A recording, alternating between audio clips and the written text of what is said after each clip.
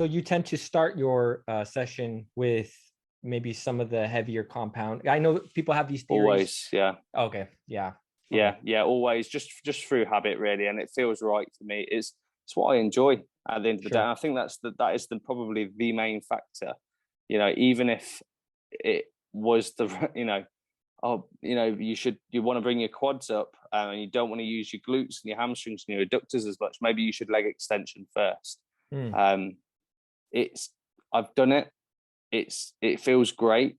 But I enjoy squatting. I enjoy getting in the gym. The first thing I'm doing is warming up and progressing through those warm-up sets in the squat rack and then going hard. I don't mind switching over to a safety bar squat. You know, that's okay. That's still squatting. But to kind of go on to these isolation movements first and take away from those big compounds just feels wrong to me. Interesting. If I had to do it through injury, you know, or maybe every other session, you know, maybe, but it's not something I'd do consistently. And I actually have hurt myself a few times deadlifting and squatting when I've done later in the sessions when I'm fatigued. You know, I've deadlifted. I went through a bout of barbell rowing first, and then doing like a rack pull at the end. And even though the weights were, you know, a fraction of what I would use normally because I was so fatigued, I would still hurt myself. Wow. You know, so I want total concentration into that first exercise, and that will set the tone for the session as well. Sure. When you've got the most amount of energy, concentration, maybe if you take like a pre-workout stimulate that you've got that there as well. You're fully warm. There's no guesswork at all. It's just you and the bar, and you know exactly what you've got to do. Yeah, it seems that obviously everyone, at least different bodybuilders that I've spoken with, friends in the gym, etc., who are heavily into competing and whatnot, have their different theories on the pros and seems to be that there's pros and cons to both ways of looking at it.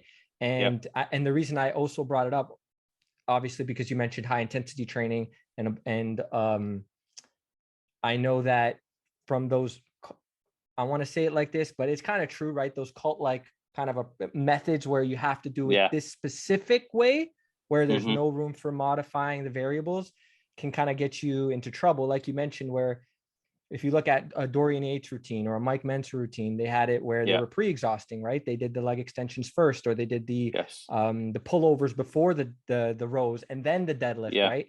And you did that, and obviously you didn't like it, so that's a red flag.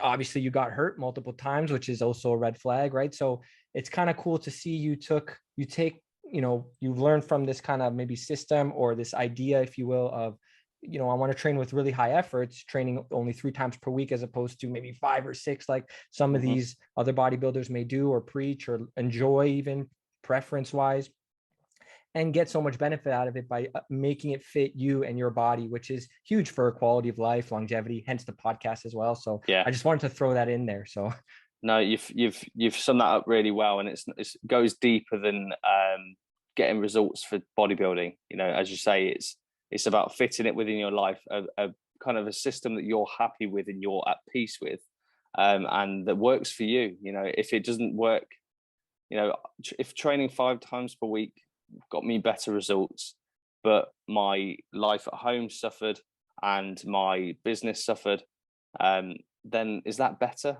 Like, it's really not.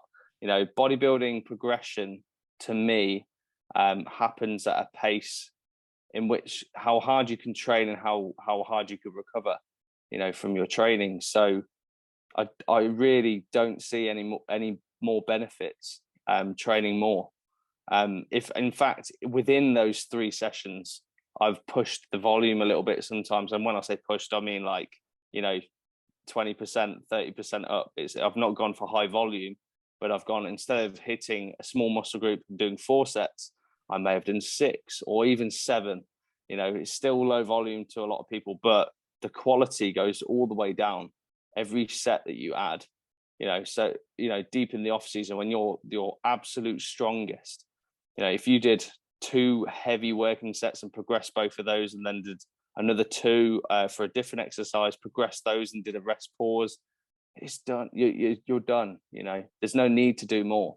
And they're the most productive sessions for me. They're the ones that I see visual change.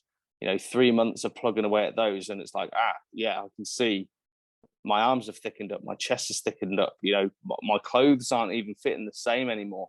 But my scale weight is the same. And that sort of thing. So yeah, no, for me, I've just seen it firsthand, and with clients as well, personal training clients, online clients, strip back their volume, strip back their frequency, and increase their intensity, and lo and behold, they feel that they're cheating their way through these gains because they're doing half the amount of time in the gym, but they know why it happens. It's because it's the hard work that goes in.